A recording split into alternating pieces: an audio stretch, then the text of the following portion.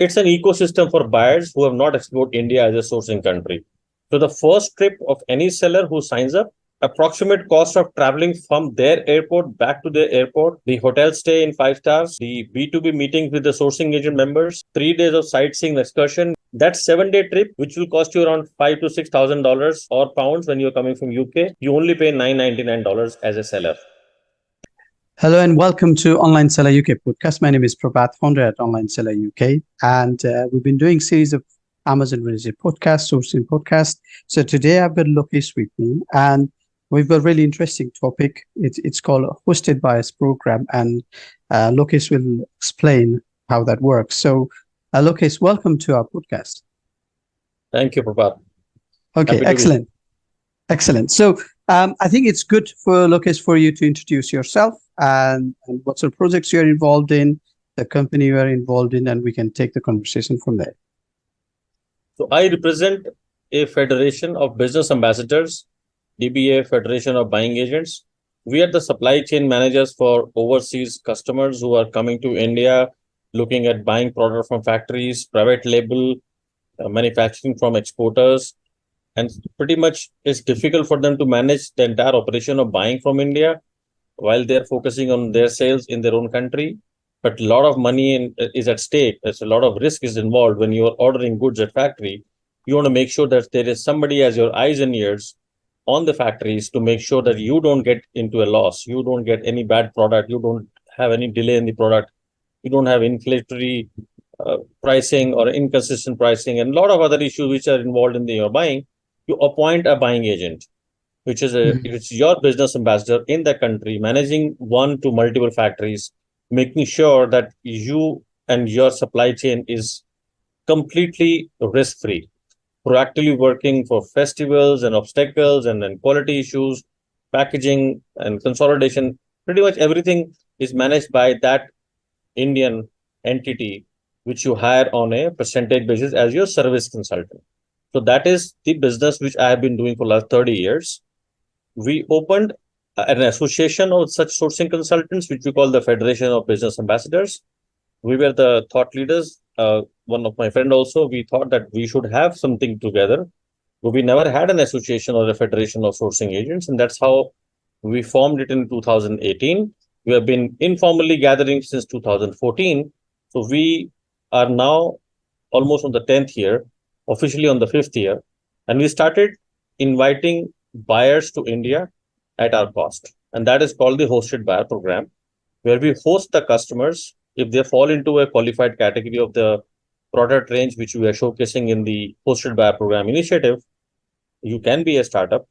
You can be an established importer or or e-commerce seller. If you qualify, I'm going to tell you more about that program in this podcast.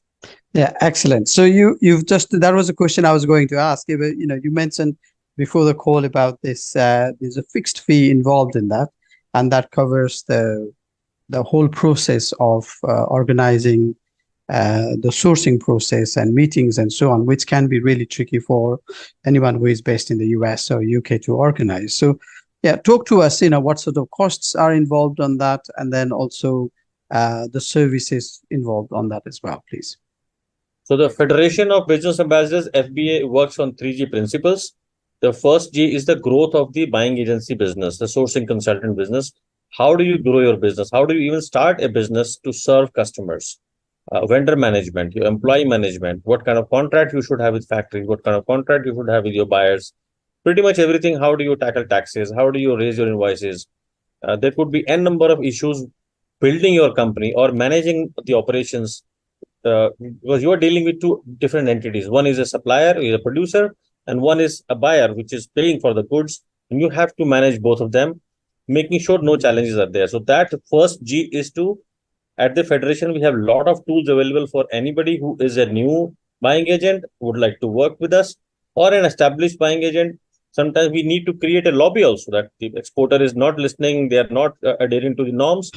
So we create a pressure because a lot of us are also working with the same factory. We can say, okay, if you are bad with one person, we might have to look at you from our perspective because you can be bad to us as well.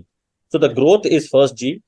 The second G is the generation of business opportunities for our members. And that is where the hosted buyer programs comes in. I will explain more on that. Third G is a grievances which you manage. So there would be a lot of, it's an international business. You also understand there could be a lot of financial issues, disputes, goods not arriving properly. There could be claims, there could be delays, there could be cancellation of orders which the factory will not accept it, or there could be certain issues between the buying agent and the buyer, or between the seller and the buyer.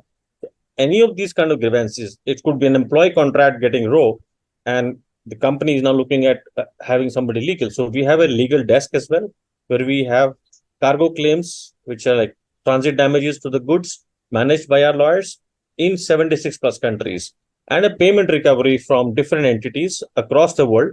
We have 84 plus countries where we have legal entities signed up, and we fight our claims on that local law.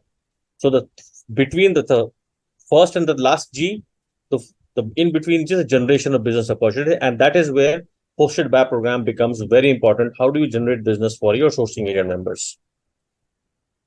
Okay, okay. So talk to us, about qualification for sellers. Sorry, not sellers, buyers So in this program. the So crux of talk to us on hosted that. buy program, it's an ecosystem for buyers who have not explored India as a sourcing country to come to India. Using this initiative, FPA acts as a facilitator, an aggregator to make their sourcing journey a memorable one. When somebody is coming to India, especially somebody who has not even been to India before, and they are looking at building so much of business, investing so much of the time and money and effort into bringing product from India, we feel it's a big investment. It's a big bet on a country, a huge country like India. We appreciate that. And if you can make your journey, and with our help, if your journey becomes pleasure, making money, you're selling more, your business is getting successful, you're going to come back again and again. So the first trip of any seller who signs up, approximate cost of traveling from their airport back to their airport, the hotel stay in 5 stars, the B2B meetings with the sourcing agent members, the display of 50 or 60 exporters, which are curated according to your product range, which we're going to uh, finalize once you sign up. Your 3 days of sightseeing excursion, we would like to have you experience India as well.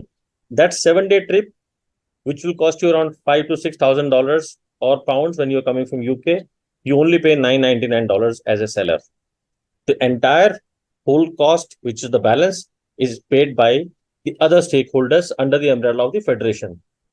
So you are not paying the entire cost of £6,000 or $6,000, but you're paying only at $999, and you're coming here to do business for first 3 days, and next 3 days you're just looking at sightseeing. You only have to bring your cash or credit card for shopping. Your food, your taxi, your hotel, your flights, everything is taken care by the federation, and we host you as our buyers. That is what a hosted buyer program is. Okay, it's because it's like a hand holding someone and then taking care of that business You too. are our guest. So we will be hosting you in India right from the Delhi airport. There will be somebody who will be picking you from the meeting area, and we will make sure that you board your flight. Somebody is at the airport to drop you back. Okay, okay, that's well, it's without me saying it, that sounds like a really, really good program for sure. So let's look at the broader perspective here.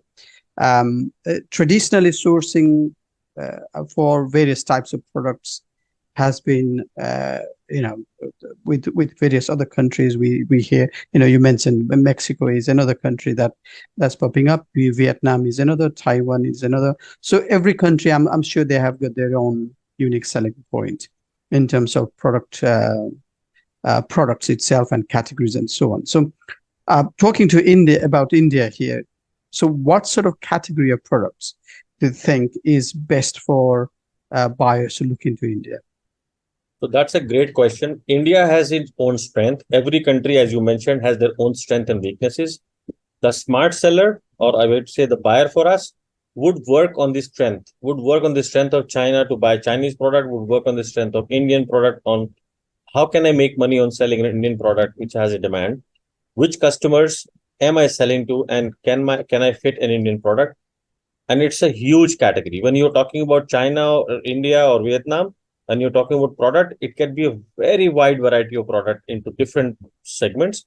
So once you have this podcast here, you will also have a link on a hosted by a program page. You will see 18 different categories which we have shortlisted.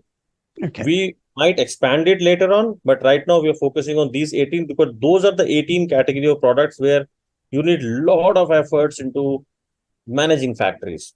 Let's say if you're coming to buy chips and electronics and TV from India, you might not need a sourcing agent. They're pretty much organized companies and their brands. They understand how to manufacture things. But when you're talking about apparel, you're talking about automotive components, floor coverings, cosmetics, fashion accessories, furniture, lighting, gift accessories, healthcare supplies, hand tools, home decor, houseware, jewelry, paper stationery, rubber components, spices, textiles, toys, or games. Like these are the 18 categories we have shortlisted where you most likely will require somebody to manage your supply chain in India. And that is where we pitch our federation members that if they are capable of doing this for you, first time when you're coming, we are hosting you. Once you feel that, yes, I will require somebody in India, you will hire one of our members and federation will always be there as an umbrella. If you face any issue with the member, you face any issue with the factory or with the product, you will always come back to the federation and say, hey, I came to you on the first trip, you hosted me, good. I'm not liking it, so we will come. You can come back to us and find an alternative as well. So that is what we have focused on: labor-intensive sector of product industry, where you have a lot of potential to make money, but you require some help. Okay. Okay. Excellent. So you mentioned quite a lot of categories throughout. Some of the bigger categories like toys, some of the jewelry category, and rubber products and games and things like that. So they are all quite popular categories when we talk about online selling and e-commerce and so on. So if we are to, I'm trying to pick up a few categories out of 18 for you. If I am to ask you, if we say five most popular categories that you can source from India, what would you say? So the top one would be home textiles. Right now, even our mentoring process for our own startup agencies. Today, I was on a call with a new member. He was just starting a sourcing company, and he said, "Where is the business coming to?" And I said, "Okay, the business which is flowing to India is in home textile category. If you're looking into apparel, I would say I would discourage you as a new sourcing consultant. Apparel is a very competitive market, and with Vietnam also coming into now in the next 5 years, Mexico will be having a lot of Chinese factories. It will be difficult for you to actually manage sourcing from India in a big way in terms of apparel. So the first category would be home textiles, a mixed kind of product which is mostly handloom or hand woven. We have seen the growth of factories like double the growth in 1 year. In 5 years, I've seen factories growing 5 times. That means there is a lot of business coming to them. They're investing very heavily. The second would be anything for your home decor and lifestyle, which is a mixed material product where there is no technology can do it. It has to be mostly hand or assembling, just like we call bundling of product in Amazon or e-commerce space, that you can make more money and you can be staying out of competition when you are bundling your product. Similarly, in manufacturing, try and mix material with the metal and textiles, with metal and glass, or a glass with something else, where you require a lot of labor to manage your manufacturing process. That is where you should be pitching yourself. Third, look at macroeconomics. What is India exporting as a raw material to the biggest competitor in sourcing is China. So when you look at the categories of product as a raw material going out of India to China is cotton. So we have already covered home textiles. Second is steel. So if you're into houseware, if you're into petware, if you're into anything which requires stainless steel as a product, you should be looking at India for that. Our stainless steel is far cheaper. We, in fact, export the raw steel to China, and basically China produces it in 18.8 and sells it all over the world. So that could be one more category for you, like cookware, houseware, kitchen cutlery, petware, anything which is going into stainless steel. It could be even garden product which are made of stainless steel wire, because stainless steel is much cheaper in India as compared to China. I would say this is the three most important categories. Rubber would be one more. We have a lot of good factories who are really cheap in in terms of, I would not say cheap, economical in terms of China or any other country. Very, very competitive. And the last but not the least is the brassware product like components, fasteners, brass parts, lamp parts, where a lot of hand tool lathe machine work is managed and it's all done by hands. And it's dirt cheap in terms of getting the raw material from India. A lot of this product are basically made from shipwrecks, and the brass is very cheap. It's recycled brass. So the entire, and if I'm talking about UK, I have been serving UK for last 25 years. Entire lamp part industry of UK is dependent upon India for lamp components, just because the kind of technology we have, the kind of precision we have on brass parts in terms of components on lamps. Many of UK manufacturers of lamps, they have their back supplies of components coming from India for almost like 5 decades. Okay. Okay. Excellent. So, thank you, Lokesh, for talking us through and then talking us a little bit more detail on the categories. I'm sure listeners will benefit from that. So, if somebody's to find you and talk to you in person and have some sort of communication there, where is the best place to get to you? I am available on Telegram. I'm available on LinkedIn and WhatsApp. In fact, on the Federation, you will see my number in the FAQ also. You will see a link on connecting me to WhatsApp. And pretty much you can Google Lokesh Parashar or Federation of Business Ambassadors or Federation of Buying Agents, and you will somewhere on first page, you can get connected. And Prabhat, you're already there.